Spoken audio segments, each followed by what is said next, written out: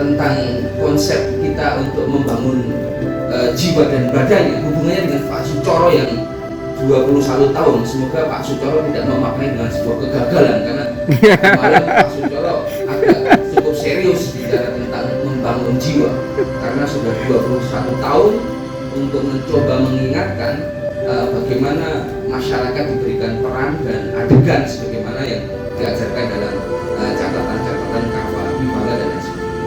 Nah, Bapak Ibu, ketika bicara bangun jiwa dan raga, maka ada dua sisi, lahir dan batin. Ada rohani, ada jasmani. Ada mental spiritual dan ada fisik material.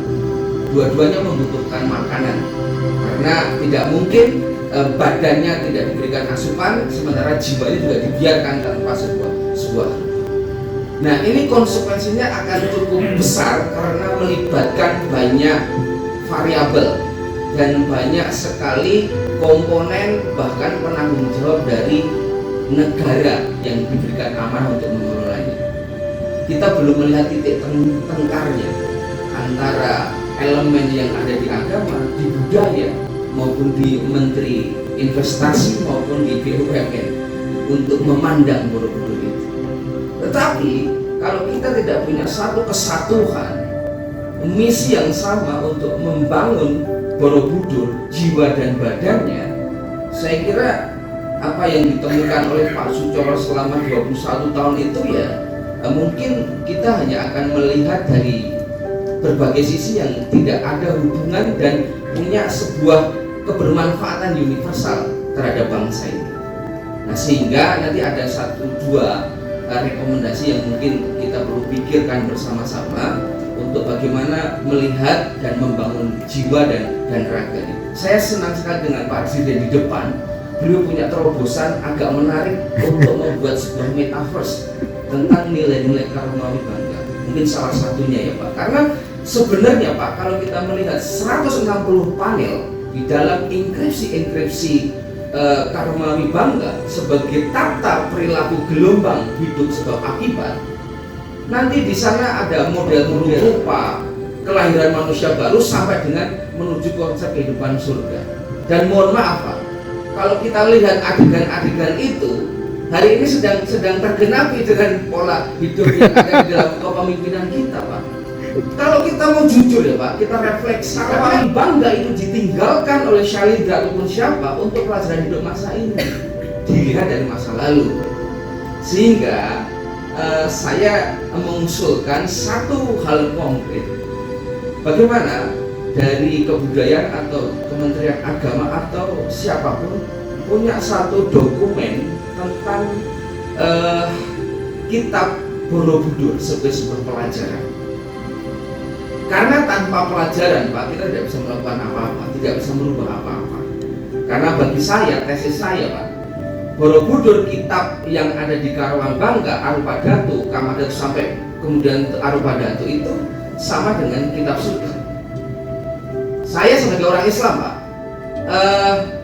ada Al-Quran 114 nama surat, dari Al-Fatihah, Anas di tengah-tengah surat 70, Al-Amarid misalnya. Tapi kita tidak pernah membaca, mempelajari.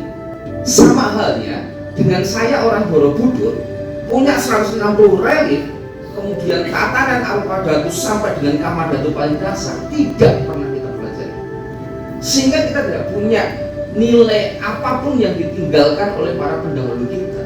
Seolah-olah saja kita sudah bersambahyang, seolah-olah saja sudah membaca Quran, tapi apa isi pesan utama dari surat Al-Ma'arij, surat Al-Mulk, ataupun dari Karma Wibangga yang sejatinya itu sedang ada dalam kehidupan politik ekonomi kita Pak.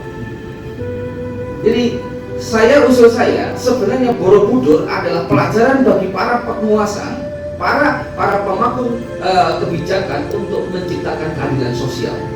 Nah, itulah yang pertama. Semoga nanti ada satu metode atau cara atau dokumen yang dihasilkan oleh orang-orang yang punya kompetensi menghasilkan sebuah naskah untuk pelajaran bagi berkehidupan masyarakat Indonesia ini. Tidak usah takut dengan hal-hal yang lain. Yang kedua Pak, soal sinergisitas.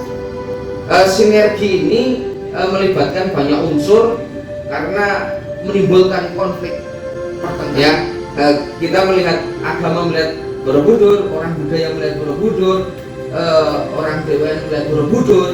Ini aspeknya sangat banyak, sehingga kalau ini tidak dijadikan satu kesatuan visi, ketauhidan dalam aspek untuk menjalankan fungsi-fungsi utama untuk menciptakan kedamaian kesejahteraan secara global, saya kira Borobudur hanya akan menjadi monumen mati yang bisa dinikmati oleh aspek ekonomi.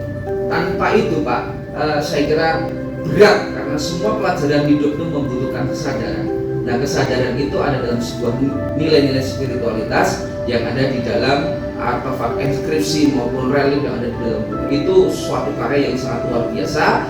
Hanya kita perlu mengaksesnya. Tolong pemerintah mempermudah untuk membuat sebuah metodologi dan caranya, sehingga kita bisa merefleksikan semua nilai-nilai hidup kita menuju ke manunggalan ketauhidan. Karena semua relik itu mengajarkan untuk kita menuju pada nirwana, sebuah tata kehidupan yang damai sejahtera dan berkeadilan, berkeadaban, menuju satu tatanan dunia yang penuh dengan kebermanfaatan di masa. Demikian Pak, terima kasih.